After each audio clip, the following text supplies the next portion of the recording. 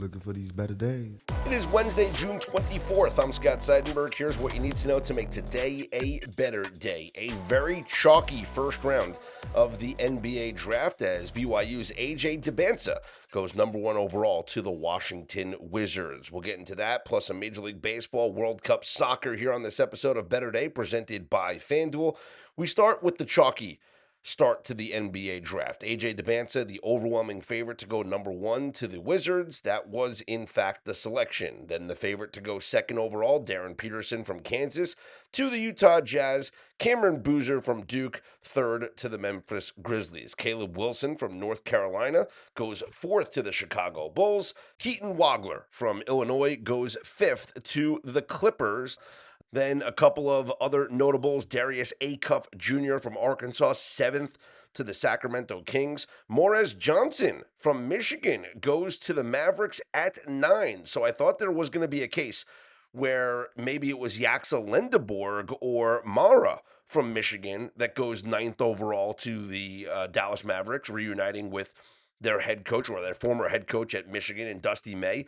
But it's in fact Morez Johnson who is the selection at ninth overall. And you could have gotten a nice fat plus money price on that, as Dusty May had his pick of the trio there in the lottery. He could have went with Lendeborg or Mara, who were taken 11 and 12 respectively in the draft, as Lendeborg goes to the Golden State Warriors and Mara to the Oklahoma City Thunder. But the Mavericks and Dusty May chose Morez Johnson. And so that took some people by surprise, but perhaps that had more to do with the fit with Cooper Flagg and the rest of the players on the Mavericks roster, as opposed to maybe the best of the three players that were available, because I do think Yaxel Lendeborg might be the best of the three, and he's probably in the best spot playing with the Golden State Warriors. Also, little newsworthy from last night, Terrace Reed from UConn gets drafted 26th overall by the Denver Nuggets, but traded to the San Antonio Spurs. Reed is a big man, 6'10", 250 pounds or plus, and definitely gives the Spurs some size behind Victor Wembanyama on the floor. They also drafted another big man in Jaden Quaintance from Kentucky. So the Spurs getting bigger with, getting some depth to that front court behind Victor Wembanyama. I think the most interesting thing from last night's first round of the NBA draft was taking a look at the Rookie of the Year market. And in most seasons, you would expect the number one overall pick to be the favorite to be the NBA's Rookie of the Year, or maybe the second overall pick to be the favorite to be the NBA's Rookie of the Year. Well, that's not the case. Up on FanDuel right now, Cameron Boozer, the third overall selection by the Memphis Grizzlies, is your plus 240 favorite to be the NBA Rookie of the Year. Darren Peterson is a plus 400 second favorite, as well as AJ Dybantsa at plus 400. Darius Acuff Jr. next at plus 450. Caleb Wilson is plus 950. As for the NBA champion New York Knicks, they did not make a selection last night. They did make multiple draft nights trade, and they ended up with 5 second-round picks, as well as some cash, some, financial flexibility with not having to pay a first-round pick. So we'll see what the Knicks do for tonight's second round of the NBA draft, or maybe use some of those assets to acquire some other future assets or a player. We'll see if the Knicks continue to wheel and deal. World Cup action yesterday. Cristiano Ronaldo scored twice as Portugal defeated Uzbekistan 5-0. The surprising result of the day came when England and Ghana played to a 0-0 draw. Croatia got a 1-0 victory over Panama, and Colombia a 1-0 victory over Congo. With the surprising draw, England and Ghana are tied atop Group L with 4 points each. Croatia, with the win, has 3 points. And so it actually comes down to the third and final match to determine whether England or Ghana, or maybe even Croatia, will win the group. England will take on Panama in their final game, obviously heavily favored. So if they get the victory, they'll finish with 7 points and win the group. But let's say they play that game to a draw and end up with only 5 points. Well, then Ghana could end up with 7 points if they beat Croatia in their final match. Croatia could end up with 6 points if they get the victory in their final match. And if Ghana and Croatia play to a draw, well, then Ghana would have 5 points as well, but England would win on goal differential. They would win the group. So it comes down to the final match here of Group L, and the final matches in the group stage actually get underway here today as Bosnia takes on Qatar. Bosnia minus 260 favorite, Qatar plus 600, the draw plus 420 in that group. Bosnia sitting with 1 point, Qatar with 1 point as well. Canada and Switzerland are atop the group with 4 points each. Canada and Switzerland play in the second game of the day today, where the Swiss, a plus 135 favorite, Canada plus 230, and the draw plus 210. If both teams play to a draw, both teams will be guaranteed to advance. Canada is +6 in goal differential, Switzerland +3. So Canada in a strong position to win the group if they just get a draw, and a Swiss win obviously would give them 7 points, but Canada would still get to advance as the number 2 team out of the group. So it just matters as far as seeding is concerned right now, and maybe Canada, Switzerland playing to a draw is the best scenario for both of these teams. So maybe plus 210. That's why it's such short odds on this one being a draw. Scotland takes on Brazil. Brazil minus 300. Scotland plus 750. The draw is plus 420.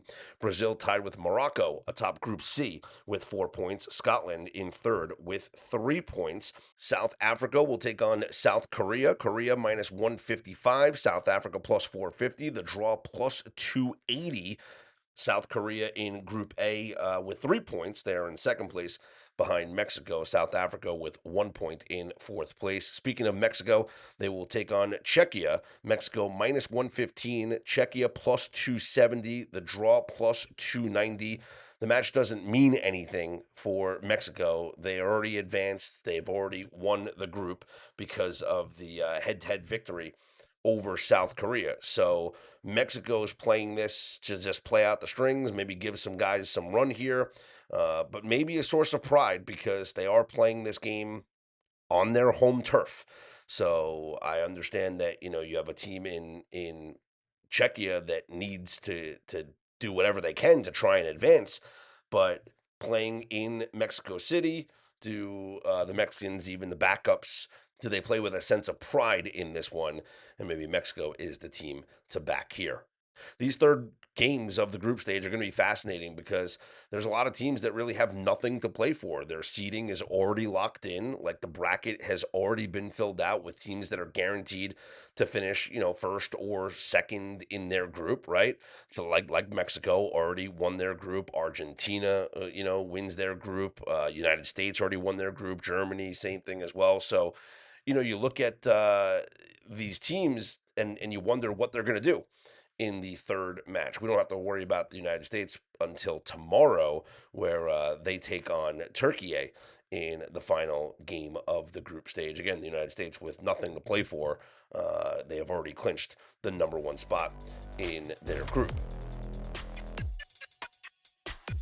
Let's take a look at your Major League Baseball schedule for today. We have several day games, including a doubleheader in Queens, as the Cubs and Mets will play too. The day gets started with the Rangers at the Marlins. Yuri Perez goes for Miami. Jacob deGrom on the bump for Texas. Texas up on FanDuel, a minus 126 road favorite.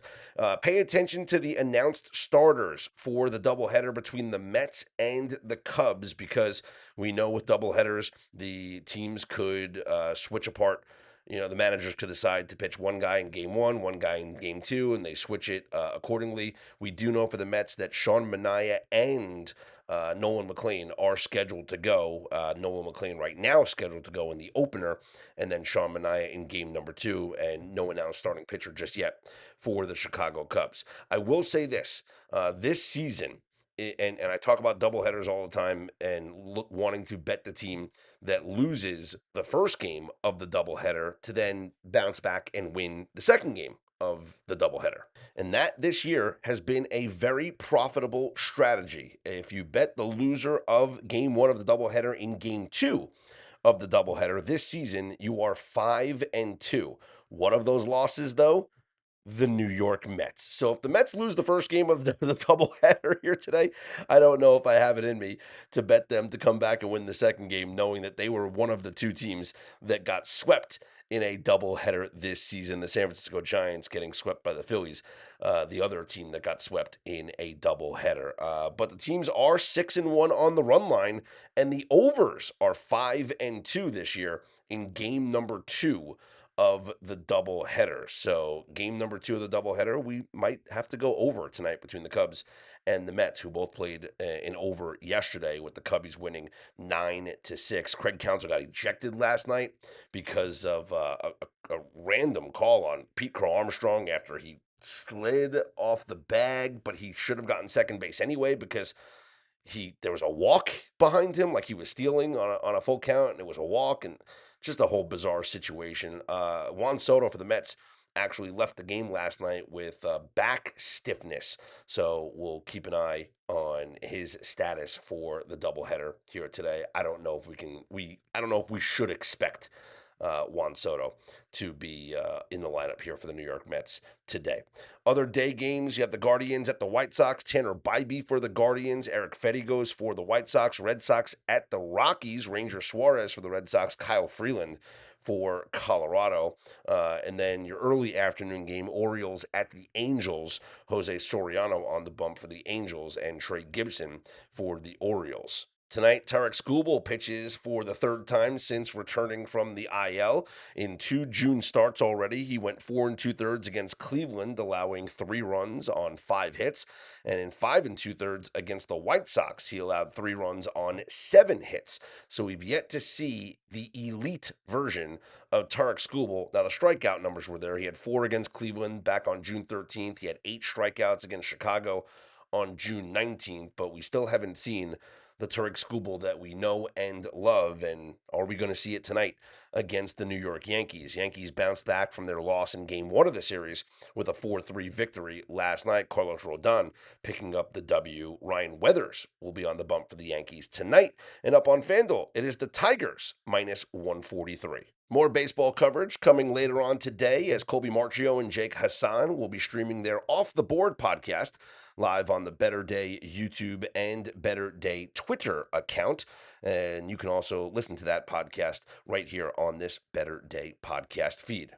All right, that'll wrap up this quick episode of Better Day presented by FanDuel. Want to let you guys know that coming up tomorrow, we'll do a little bit more World Cup action as we start to take a look at some teams that have clinched where their spots are going to be in the bracket and how we're going to bet the final games of these group stages, right, which begin here today. But also, we'll preview a little golf. The Travelers Championship gets underway tomorrow. Scotty Scheffler right now up on FanDuel, an overwhelming favorite, plus 440. Tommy Fleetwood next at plus 1,500. Now, I know each and every episode I've been teasing, and in the newsletter as well, we have a big announcement coming up. Well, I can tell you now, as I feel like I'm in a good mood and want to tell you guys about the announcement. But coming soon, we are just waiting maybe, a couple of weeks or so. We're a couple of weeks away from launch. I will say maybe August 1st by the latest. But the Better Day app is coming to your Apple App Store and your Google Play Store for Android users. So Better Day members just got a whole different experience. We're talking push notifications, so the picks get delivered directly to your phone. All the game centers, brand new football headquarters, all the great information from the website betterday.com that you know and love, available on your mobile device in one all-inclusive app. We can't wait for you guys to get a hold of that. And I think it's going to be a real game changer when it comes to doing all your handicapping, checking your live odds and scores, and everything that you need to become a better. So I want to thank you guys for being along the journey with us. More big announcements to come as we progress throughout the weeks and months of this summer. I'm Scott Seidenberg. Here's hoping you make today and every day a better day.